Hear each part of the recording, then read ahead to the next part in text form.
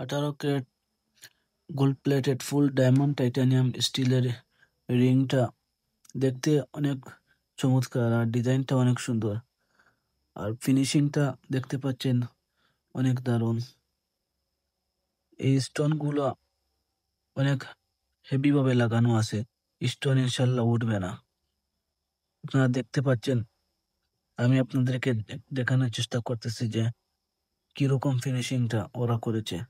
ফিনিশিংটা আপনারা দেখলে বুঝতে পারবেন যে এই রিংটা কত প্রিমিয়াম।